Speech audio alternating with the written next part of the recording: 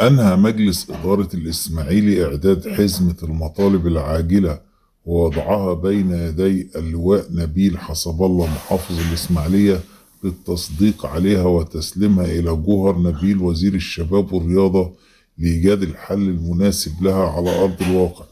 وكان محمد رائف رئيس مجلس الإسماعيلي وزملائه الأعضاء علي غيط النائب والمهندس وليد فؤاد أمين الصندوق والمستشار وليد الكيلاني والمقدم مصطفى أميرو العضوين حددوا المطالب العاجلة لإنقاذ النادي الإسماعيلي لرفعها لمحافظ الإسماعيلية وبدوره إلى وزير الشباب والرياضة، وتتمثل في الانتهاء من إنشاء شركة كرة القدم وسرعة صرف القرض البنكي لسداد وتسوية الغرامات الدولية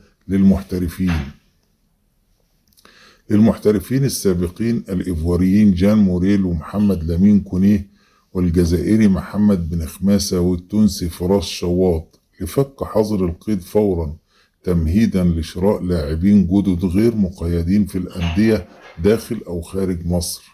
وتتمثل حزمة مطالب المسؤولين بالإسماعيلي إلى اللواء نبيل حسب الله محافظ الإسماعيلية وجوهر نبيل وزير الشباب والرياضة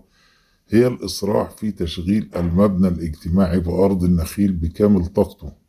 حتى يكون مصدر أساسي لانتعاش خزينتهم الخاوية للوفاء بالالتزامات المفروضة عليها لصالح الجهات الحكومية والأهلية، ولا سيما أن هذا الصرح الكبير لن يدخل الخدمة منذ عام 2019 وحتى الآن بسبب وجود خلل في بعض المنشآت يستوجب تدخل الشركة المنفذة لإنشائه لصيانتها لكي يستقبل رواده بالشكل الأمثل. وتجدر الإشارة إلى أن اللواء نبيل حسب الله محافظ الإسماعيلية وافق على استضافة تدريبات ومعسكرات فريق الإسماعيلي بالقرية الأولمبية دون تحمل أي أعباء مادية في لفتة رائعة تركت انطباع حميد لدى المجلس وأعضاء الجمعية العمومية نحو الاهتمام غير المسبوق من قبل المحافظ بالنادي في شتى الاتجاهات منذ توليه منصبه في النصف الثاني من شهر فبراير الماضي. وعلى الجانب الآخر رفع الجهاز الفني الإسماعيلي درجة الاستعداد القصوى بين اللاعبين داخل معسكرهم المغلق بالقرية الأولمبية المطلة على المجرى الملاحي لقناة السويس بالإسماعيلية استعدادا للقاء حرس الحدود في الجولة الأولى للمجموعة للأندية المتصارعة للبقاء في الدوري الممتاز، والمحدد موعده 5 مساء الجمعة المقبل على استاد الكلية الحربية بالقاهرة، ونتمنى الفوز.